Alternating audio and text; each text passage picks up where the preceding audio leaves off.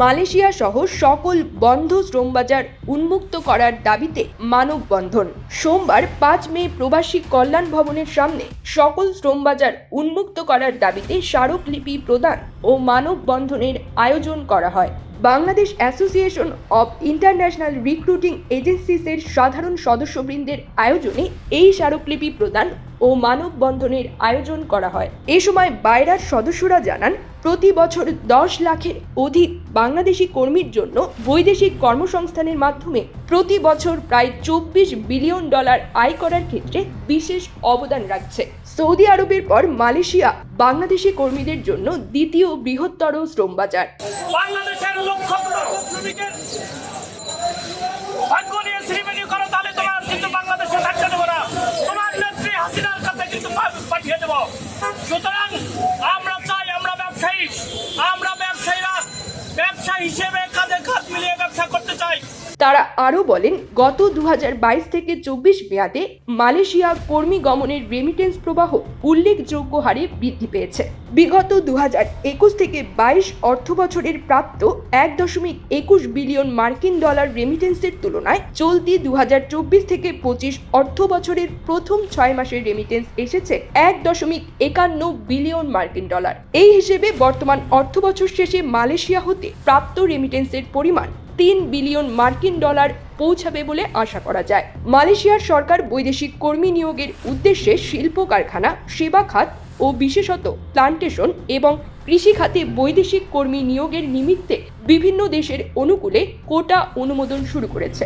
বাংলাদেশ এই সুযোগ গ্রহণ করতে পারলে আগামী 5 বছরে 2 লাখ করে আরও অন্তত 10 লাখ কর্মী সেখানে প্রেরণ করা সম্ভব হবে, যার ফলে মালয়েশিয়া হতে বছরে $5 বিলিয়ন রেমিটেন্স পাওয়া সম্ভব হবে।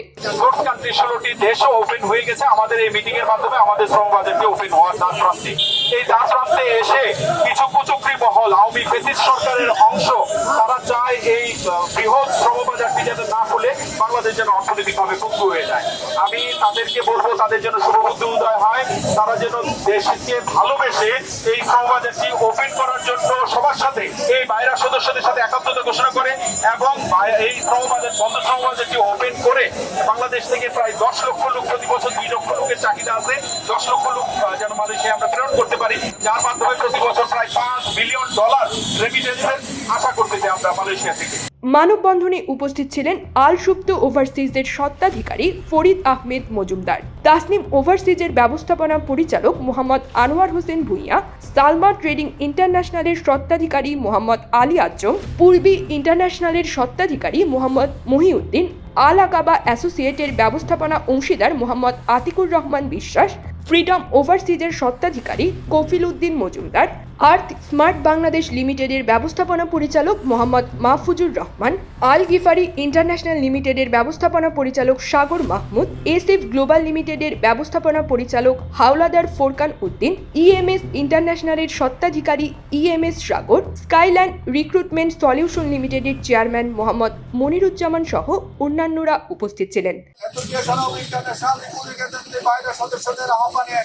সারা দেওয়ার জন্য আপনাদেরকে জানাচ্ছি আন্তরিক ধন্যবাদ ও কৃতজ্ঞতা। গত 5 আগস্ট 2024 ইংরেজি তারিখে ছাত্র জনতার কোন অভ্যুত্থানের পরবর্তী পরিস্থিতিতে অন্তর্বর্তীকালীন সরকারের এই সময়ের সবচেয়ে রেমিটেন্স সংগ্রহকারী গুরুত্বপূর্ণ এই সেক্টরের ব্যবসায়ীবৃন্দ, প্রথমে গভীর শ্রদ্ধার সাথে স্মরণ করছি জুলাই আগস্ট গণ অভ্যুত্থানের শহীদ সকল ছাত্র জনতা, ভাই বোন সহ 1971 সালের মহান মুক্তিযুদ্ধের সকল শহীদদের, যাদের আত্মত্যাগের বিনিময়ে আমরা একটি স্বাধীন ভূখণ্ড পেয়েছি। প্রিয় সাংবাদিক বন্ধুগণ, আমরা আনন্দের সাথে জানাচ্ছি মাননীয় উপদেষ্টা ডক্টর আব্দুল নজরুল স্যারের সুদক্ষ নেতৃত্বে পরিচালিত প্রবাসী কল্যাণ ও বৈদেশিক কর্মসংস্থান মন্ত্রণালয় বর্তমান সরকারের গৃহীত পদক্ষেপ সমূহের মাধ্যমে জুলাই 24 বিপ্লবের অভিষ্ট লক্ষ্যে দেশে এগিয়ে যাচ্ছে। ইতিমধ্যে জাতীয় এবং আন্তর্জাতিক অঙ্গনে প্রশংসিত হচ্ছে।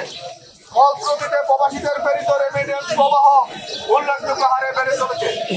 আপনারা অবগত আছেন, Bangladesh association of international recruiting agency বাইরার সদস্যগণ প্রতি বছর 10 লক্ষের অধিক কর্মীর জন্য বাংলাদেশের কর্মসংস্থানের মাধ্যমে প্রতি বছর প্রায় $24 বিলিয়ন আয় করার ক্ষেত্রে বিশেষ অবদান রাখছে। সৌদি আরবের পর বাংলাদেশের কর্মীদের জন্য দ্বিতীয় বৃহত্তম শ্রম বাজার।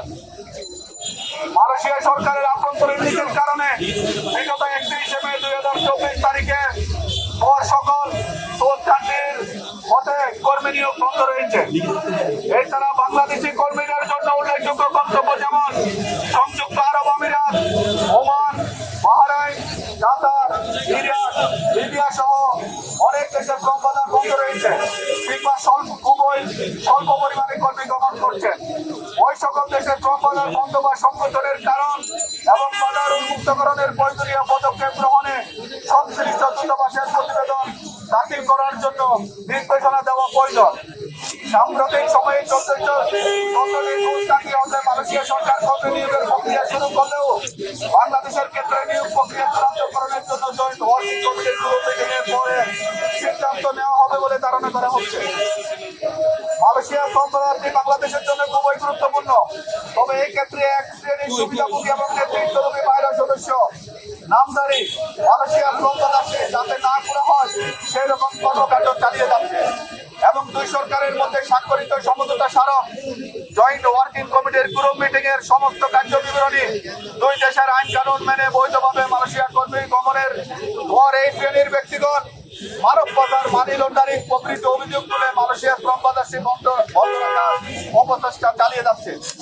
এই সকল ব্যক্তিবর্গ কর্মী এবং দেশের স্বার্থ বাদ দিয়ে নিজেদের ব্যবসায়িক স্বার্থকে প্রাধান্য দিয়ে দেওয়ার কারণে মালয়েশিয়া সরকার বিব্রত করছে। ফলশ্রুতিতে মালয়েশিয়া সরকার বাংলাদেশি কর্মীদের জন্য বাজার উন্মুক্ত করার ক্ষেত্রে নানা অন্তরায় তৈরি হয়েছে। অসংখ্যত সৌদি আরব সহ অন্যান্য দেশের মতো প্রবাসী কল্যাণ ও বৈদেশিক কর্মসংস্থান মন্ত্রণালয় বিএমইডির ছাড়পত্র নিয়ে একইভাবে মালয়েশিয়া কর্মী প্রেরণ করা হয়। ইতিপূর্বে 2017-18 সনে মালয়েশিয়া কর্মী প্রেরণের পর বিভিন্ন অভিযোগ উত্থাপিত হলে দুর্নীতি দমন কমিশন বিস্তারিত তদন্ত শেষে অভিযোগে প্রমাণ না পেয়ে তদন্ত সমাপ্তি ঘোষণা করেন।